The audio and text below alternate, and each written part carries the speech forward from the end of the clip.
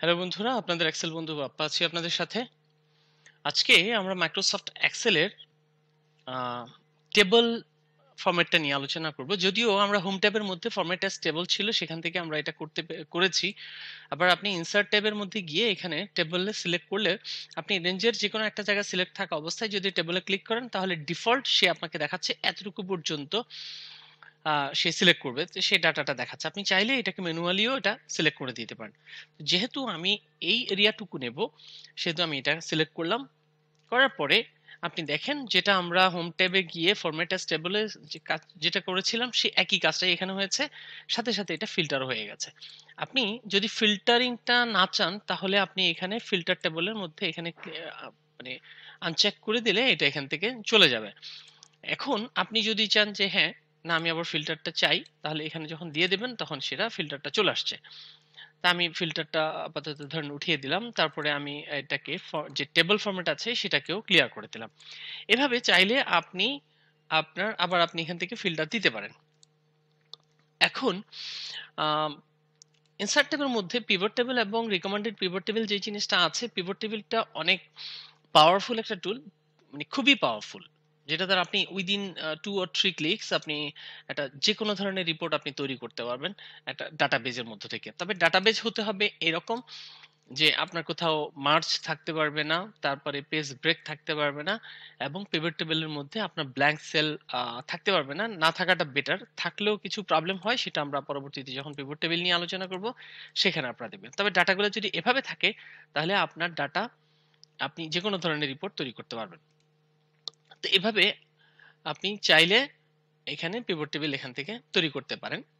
তারপরে আপনি যদি চান যে আপনি এখানে একটা পিকচার অ্যাড করবেন, তো এখন ধরে নেন আমি আম, আমার যেই ফেসবুকের যেই প্রোফাইল পিকচার, যেটা হচ্ছে যে লেটস লার্ন, তা আমি এটা নিয়ে আসলাম।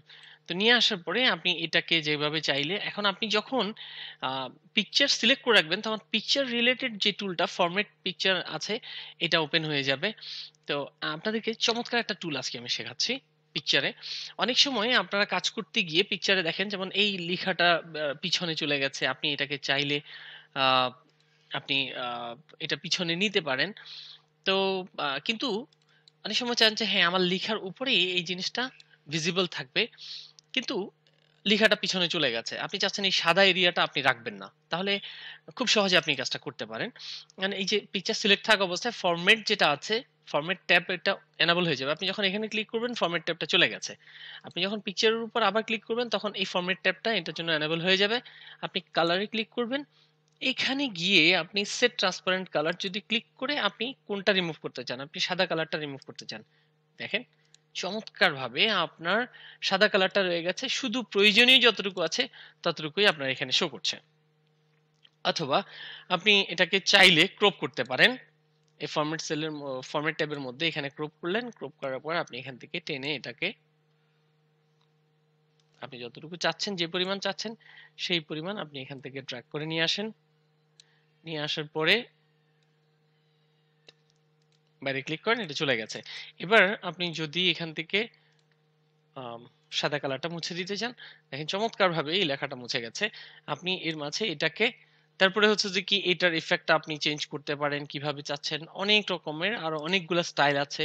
আপনি পিকচারটা সিলেক্ট আছে, এখান থেকে গিয়ে আপনি অনেকভাবে এই জিনিসটাকে ফরম্যাট করতে পারেন। তা আমরা পরবর্তীতে যখন এই পিকচারের ডিটেল নিয়ে আলোচনা করব, তখন এই জিনিসটা আমরা আরো বিশদভাবে আলোচনা করব। পিকচার বর্ডার দিতে পারেন, পিকচার ইফেক্ট দিতে পারেন, পিকচারটা কিরকম দেখতে চাচ্ছেন আপনি, গ্লো দিতে চাচ্ছেন, বা আপনার এই রকমের অনেকগুলো বিষয় আছে। তো যাই হোক, তারপরে হচ্ছে যে ধরে নেন আপনার একটা পিকচারের সাইজ অনেক বড়, আপনি যখনই এক্সেলে দিচ্ছেন এটা অনেক বড় সাইজ নিয়ে নিচ্ছে, তাহলে আপনি কমপ্লেক্স পিকচার দিয়ে দিলে এখান থেকে এই জিনিসগুলো একটু দেখে নেবেন, ওকে দিয়ে দেবেন। দেওয়ার পরে আপনার পিকচারের সাইজটাও ছোট হয়ে যাবে, যেটা এক্সেলের সাথে ম্যাচ করে নেবে। তারপরে হচ্ছে যে আপনার এখানে অনেকভাবেই আপনি পিকচারগুলোকে কিভাবে দেখতে চান, এই যে এখান থেকে এটাকে আহ, আপনি যখন ফরম্যাট সেলে ক্লিক করবেন, এটা কারেকশনস এর মধ্যে এই ধরনের অনেকগুলো অপশন আছে। আপনি চাইলে পিকচার চেঞ্জ করতে পারেন। এখানে গিয়ে আপনি কোত্থেকে নেবেন, আপনি অনলাইন থেকে নিতে পারেন, অফলাইন থেকে, বা আপনার কম্পিউটার থেকেও নিতে পারেন। এরপরে ইনসার্ট ট্যাবের মধ্যে আরো কিছু যেটা আছে, আপনি অনলাইন পিকচার নিতে পারেন। আপনি যদি চান যে আপনি আপনার ডেস্কটপের একটা স্ন্যাপশট নেবেন। হুম, আপনি স্ন্যাপশট, এই যে এটা ছিল আমার ডেস্কটপের স্ন্যাপশট, এটা নিয়ে নিয়েছে। নিয়ে নেওয়ার পরে হুম, এখন আপনি আপনার ওটা এখানে নিয়ে নিয়েছে। নিয়ে নেওয়ার পরে আপনি এখানে চাইলে এটাকে প্লাস এখানে অ্যাড করে দিতে পারেন। এটা এখানে চলে আসছে দেখেন। তা আমি এটা চাচ্ছি না, আমি এটা এখান থেকে রিমুভ করে দিলাম। তারপরে ইনসার্ট ট্যাবের মধ্যে আপনার অনেকগুলা চার্ট আছে, বিভিন্ন ধরনের চার্ট আছে, এগুলো সবই চার্ট। তারপরে হচ্ছে হেডার ফুটার আপনি অ্যাড করতে পারেন, আমরা পরবর্তীতে সেগুলো নিয়েও আলোচনা করব। আপনি চাইলে সিম্বল অ্যাড করতে পারেন, এই যে সিম্বলগুলো আছে আপনি চাইলে এখান থেকে সিম্বল অ্যাড করতে পারেন। তারপরে তো এই হচ্ছে ইনসার্ট ট্যাবের আসলে মানে যে বিষয়গুলো, যে টুলগুলো আছে ইনসার্ট ট্যাবের মধ্যে, এগুলো সবই চার্ট, এগুলো সবই হচ্ছে প্রেজেন্টেশনের জন্য। তো আমি আপনাদেরকে অনুরোধ করব যে এই জিনিসগুলো আপনারা একটু দেখবেন। আমরা পরবর্তীতে মানে এই বিষয়গুলো নিয়ে আলোচনা করব। তো আপনাদের যদি আগ্রহ থাকে আপনারা আগে ভাগে এই জিনিসগুলো একটু দেখে নিলে পরবর্তীতে আমরা যখন আলোচনা করব ওই বিষয় নিয়ে, পার্টিকুলার টপিক নিয়ে, তাহলে আপনাদের কাছে সেই বিষয়টা অনেক বেশি পরিষ্কার হয়ে যাবে। তো আশা করছি ব্যাপারটা বুঝতে পেরেছেন। পরবর্তী ভিডিও পর্যন্ত আপনাদের বন্ধু আপনাদের কাছ থেকে বিদায় নিচ্ছে। আল্লাহ হাফেজ।